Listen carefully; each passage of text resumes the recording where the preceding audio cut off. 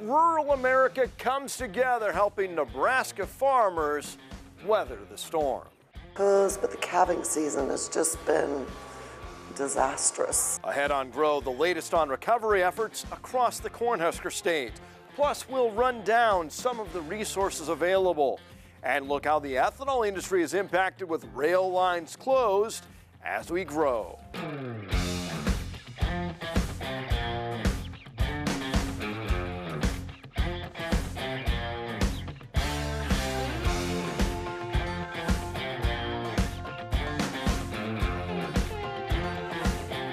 A season of stress may be too much for Nebraska's cattle producers.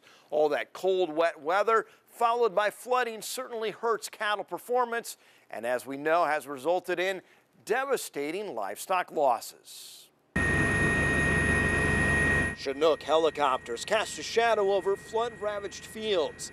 His cattle are largely okay, but Mike Drennan says his neighbors aren't so fortunate, suffering great losses from a combination of snow, cold, and historic flooding. When I talk about true heroes and things like that, it's not about touchdowns or yards made or points made or things like that. It's these people out here every day that are doing what they're doing. Those are the stories Governor Pete Ricketts hears as he meets with ag leaders.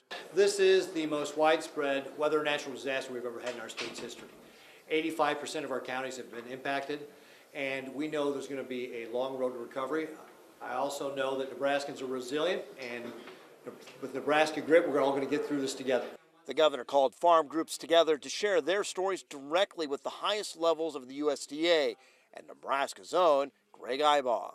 Being a rancher myself, I know what it's like to lose livestock. I know what it's like to try to get to the livestock and tromp through mud and slop. Ibaugh recognizes every part of the state has been affected by extreme weather that limited where cattle could graze. People have had to supplemental feed all winter, and then we get the rain and the flooding and the mud now, and it's been a hard on cattlemen.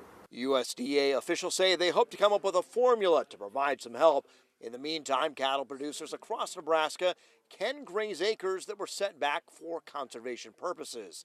Also, 45 counties are included in an emergency conservation program, and the Livestock Indemnity Program is available for those who have lost livestock, but some losses may not be covered unless Congress acts.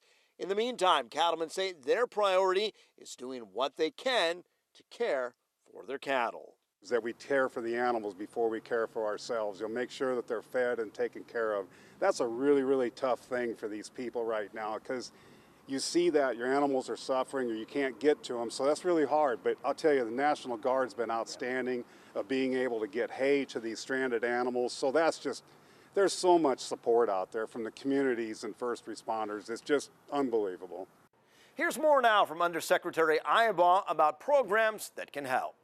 There's fences to be replaced, fields to be restored, and there are some programs that USDA has for that. There's livestock that's been lost. There's the Livestock Indemnity Program that we can take a look at. And then, there's some pressure still on, taking animals that were lost and getting them disposed of properly, and APHIS can help out there as well. Egg producers have been scrambling the last couple of weeks trying to pick up the pieces. The Farm Service Agency is trying to help. NTV's Alex Whitney continues our coverage. Rebuilding after a natural disaster can be a complicated process, but the USDA and Farm Service Agency want to make it easier for producers. They've been hosting several different workshops to show these producers what benefits they qualify for and what programs could help them rebuild. It's a situation that many ag producers find themselves in. Floodwaters are receding, but the damage left behind is painting a bleak picture for the future of many operations. Well, we just had a lot of water that, came down the creek, and it was, it was the worst since '47. And it just breached the dikes, washed them out, went down through the fields and cut between the cornstalk rows and cut big holes, and, it's a large loss for fields, a lot of topsoil gone. For producers like Carl Larson from the Hazard area, it can seem like an impossible task to rebuild, but that's where the Farm Service Agency is stepping in. This week, the agency is hosting several workshops to get producers familiar with the programs that can help. So we have several different programs, but the three that are key for the disaster events that we've had. The first one is for livestock losses. It's called the Livestock Indemnity Program. We pay on eligible livestock that died due to flooding or blizzard conditions that happened recently in the last week and a half. And then the other one would be the ELAP applications, which is the Emergency Livestock Assistance Program. And that's for lost, damaged, or destroyed feed or feedstuffs. The third program is the Emergency Conservation Program, which provides assistance to return farm ground and conservation structures back to pre-disaster condition. To see if you qualify, you are encouraged to contact your local Farm Services agent with documentation of the damage. Photos are extremely important documents to have. The other thing would be for livestock is if you have insurance documents, calving records, bank statements that can supply us with your beginning inventory, the number that you lost, and just verify that. Rendering truck receipts also work as well.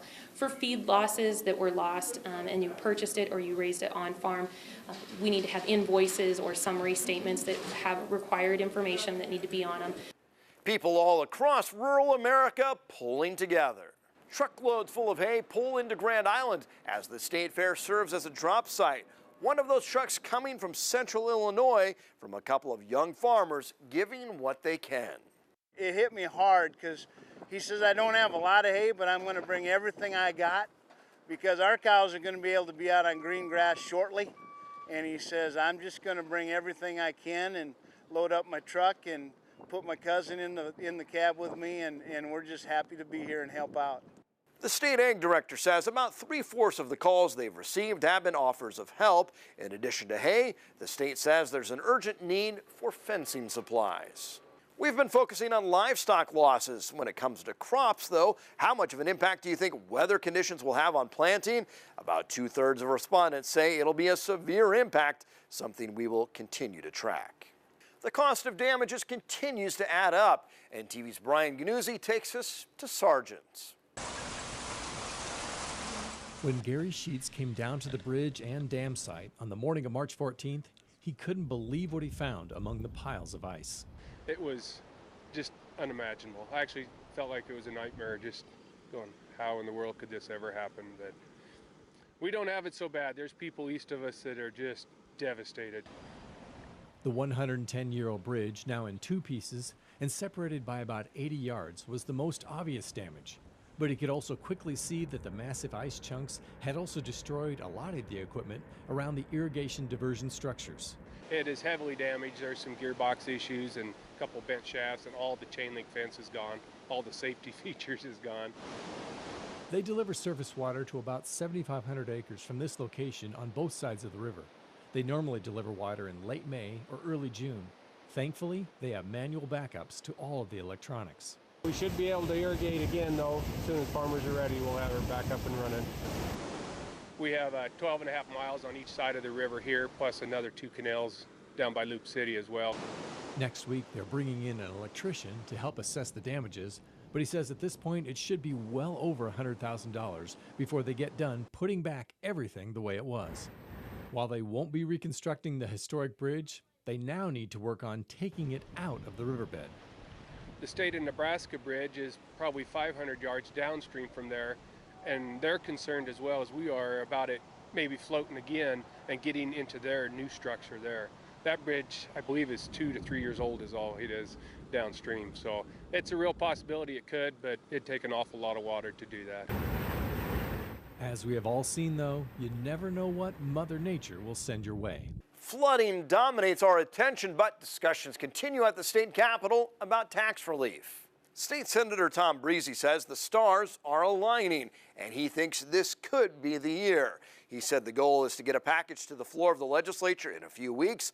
It will likely have several components: increasing the sales tax rate, eliminating some sales tax exemptions, increasing the cigarette tax, and directing internet sales tax towards property tax relief. The only responsible means of delivering the property tax relief that hardworking Nebraskans deserve is to replace property taxes with other forms of revenue. We rely far too heavily on property taxes to fund local government, and so that'll be our effort there. Breezy serves on the Revenue Committee. He said the plan will yield immediate benefits for all property owners. He understands it will likely take 33 votes to break a filibuster, but he thinks it will happen. It's time we deliver property tax relief. It's time we stand up and do what Nebraskans have been demanding, and that is deliver property tax relief. Breezy said it's important schools are properly funded so they don't have to rely on property taxes, largely on agricultural land.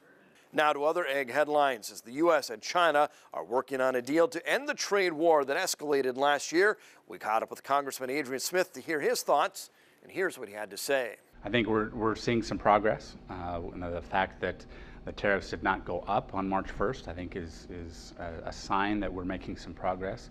There have been conversations with China that I think can be productive long term, and so I think we're in a better place now than we were a few months ago.